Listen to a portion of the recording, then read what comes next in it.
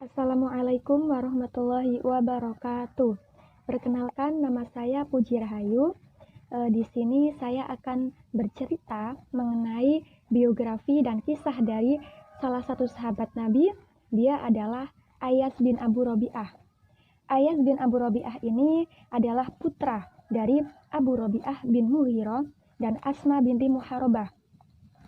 Tidak banyak artikel yang membahas mengenai biografi Ayas bin Abu Robi'ah ini. Nah, namun kisahnya ini menjadi salah satu asbabun nuzul dari Quran surat Az-Zumar ayat 53. Kisahnya yaitu ketika Ayas bin Abu Robi'ah ini hendak pergi berhijrah ke Madinah bersama dua orang temannya, yaitu Umar bin Khattab dan juga Hisham bin As. Nah, ketika mereka bertiga ini sepakat untuk berhijrah ke Madinah bersama-sama, ini mengalami kendala, yaitu salah satu teman dari Ayas ini tidak bisa ikut hijrah ke Madinah. Dia adalah Hisham bin As. Hisham bin As ini tertahan di Mekah dan disiksa oleh kaum Quraisy sehingga ia kembali menyembah berhala, kembali kepada agamanya yang dulu, dan dia tidak bisa ikut berhijrah ke Madinah. Nah, kemudian Ayas bin Abu Robi'ah ini bersama Umar bin Khattab pun sepakat untuk berhijrah berdua saja. Nah, setelahnya sampai di kota Kuba, Ayas bin Abu Robi'ah ini kedatangan dua orang sepupunya, yaitu Abu Jahal bin Hisham dan juga Haris bin Hisham. Abu Jahal ini memberi berita bohong kepada Ayas bin Abu Robi'ah. Abu Jahal berkata, "Wahai Ayas, ibumu telah bernazar, dia tidak akan menyisir rambutnya dan dia juga tidak akan pernah berlindung dari matahari sebelum ia bertemu denganmu." Nah, mendengar kabar tersebut, Ayas pun langsung percaya. Tapi Umar tidak demikian. Umar mengetahui bahwasanya Abu Jahal ini menginginkan Ayas kembali ke Mekah dan juga menginginkan Ayas untuk kembali ke agamanya yang dulu. Nah, setelah terjadi perdebatan antara Umar bin Khattab dan juga Ayas bin Abu Robi'ah, tapi Ayas tetap bersikukuh percaya dengan berita yang dibuat oleh Abu Jahal ini. Oleh karenanya, Umar hanya bisa berkata kepada Ayas bin Abu Robi'ah, "Baiklah, kalau engkau ingin kembali ke Mekah, maka bawalah untaku ini.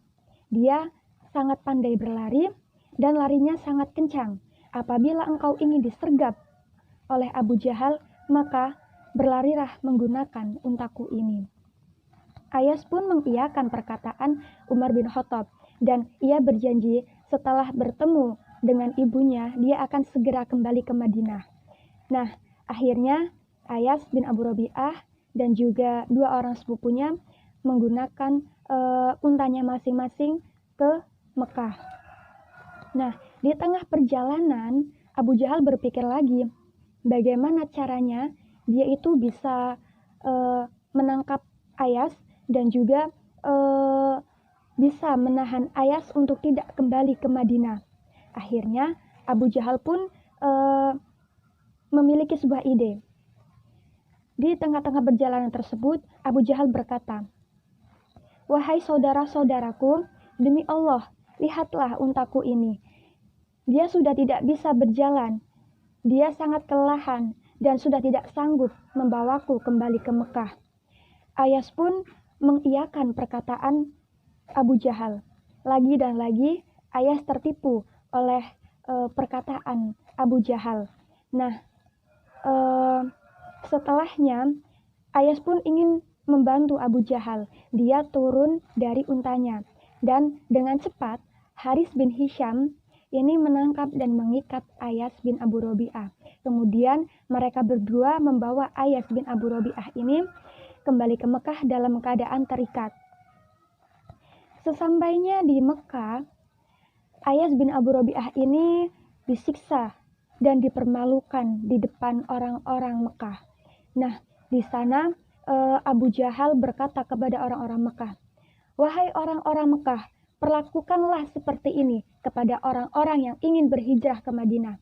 Nah, Ayas pun merasa malu dan juga merasakan sungguh berat siksaan yang diterimanya. Dan ia pun memutuskan untuk kembali kepada agamanya yang dulu, yaitu menyembah berhala. Ayas pun sebenarnya merasa kecewa. Dia sebenarnya tidak ingin kembali kepada agamanya yang dulu. Namun karena siksaan yang begitu berat ia terima, ia pun tidak bisa menahannya lagi. Nah, kemudian tidak sampai di situ saja, Abu Jahal pun memenjarakannya bersama Hisham bin As. Kabar ini pun terdengar oleh sahabat mereka, yaitu Umar bin Khattab. Nah, dan Umar bin Khattab pun berkata bahwasanya orang-orang yang sudah murtad, dosa-dosanya itu tidak bisa diampuni. Dan apabila ia masuk Islam lagi, maka keagamaannya ini tidak bisa dipertahankan lagi, tidak bisa dipercayai lagi. Nah, Allah Subhanahu wa Ta'ala melihat semua kejadian yang telah terjadi kepada Ayas dan juga Hisham bin As ini. Oleh karenanya, setelah Rasulullah Shallallahu Alaihi Wasallam ini berhijrah ke Madinah, Allah Subhanahu Wa Ta'ala menurunkan wahyu, yaitu Quran Surat Az-Zumar ayat 53. Nah, ayat ini berisikan bahwasanya Allah tidak akan memutus rahmat kepada hamba-hambanya. Allah Maha Pengasih dan Maha Pengampun.